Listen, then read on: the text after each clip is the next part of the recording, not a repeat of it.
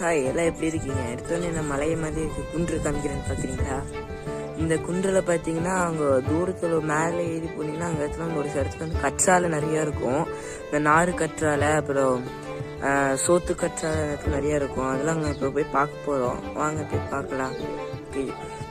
வாங்க போகலாம். இங்கே பாருங்க, இதுதான் அந்த நாறு கற்றாழை. இது பார்த்தீங்கன்னா அவ்வளோ பெருசு இருக்குன்னு அதோட இலைய பாருங்க எவ்வளோ பெருசு இருக்குன்னு. நல்லா நீளமாக இருக்கும். அது பார்க்க அவ்வளோ அழகாக இருக்குங்க. அடுத்தது பார்த்தீங்கன்னா இதுதான் அந்த மரத்தோட ஒரிஜினல் சைஸு. மரம் இல்லை, இது அதுவும் கற்றாழை தான். கற்றாழையோட வகையை சேர்ந்தது தான். இது நிறைய இருக்குது அந்த மலைக்கு மேலே தாங்க. இப்போ ஃபஸ்ட்டு காமிச்சோம் பார்த்தீங்கன்னா இது வந்து சோற்று கற்றாழை. சோற்று கற்றாழை வந்து அலுவேரா, அந்த ஃபேஷியலுக்குலாம் யூஸ் பண்ணுவாங்களா, அதுதான் பாருங்க. அதே இடத்துல தான் பக்கத்துலேயே அது இருக்குது, இதுவும் அது பக்கத்துலேயே தான் இருக்குது. எத்தனை இருக்குது பாருங்க. அங்கங்கே கொத்து கொத்தாக முளைச்சிருக்கு. அங்கங்கே கொத்து கொத்தாக முளைச்சிருக்கு பாருங்க. ஃபுல்லாக அந்த புதர் மாதிரி இருக்குது. அந்த புதர் கடியிலெல்லாம் ஃபுல்லாக அங்கங்கே முளைச்சிருக்கு. சுற்றி பாருங்க. இந்த சைடு பாருங்க, என்னால் ஜூம் பண்ணி பாருங்க. பார்த்தீங்களா இங்கே எத்தனை இருக்குன்னு?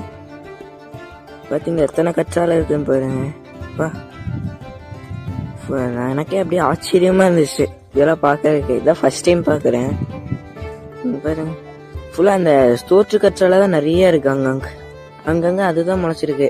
அந்த நாறு கற்றாழைங்கிறது கொஞ்சம் கம்மியாக தான் இருக்குது அங்கங்கே. இது பாருங்க, இந்த லைன் ஃபுல்லாகவுமே இருக்குது. அங்கே தான் நம்ம இதை பார்த்தோம். அதே பார்த்தீங்கன்னா இந்த சைடு இது இருக்குது. இன்னும் கொஞ்சம் அந்த சைடுலாம் இருக்கும். சைனாலலாம் பார்த்தீங்கன்னா இது ரொம்ப பெரிய விவசாயமாக பண்ணுறாங்க. ஆனால் இங்கே பார்த்தீங்கன்னா சும்மாவே முளைச்சிருக்கு.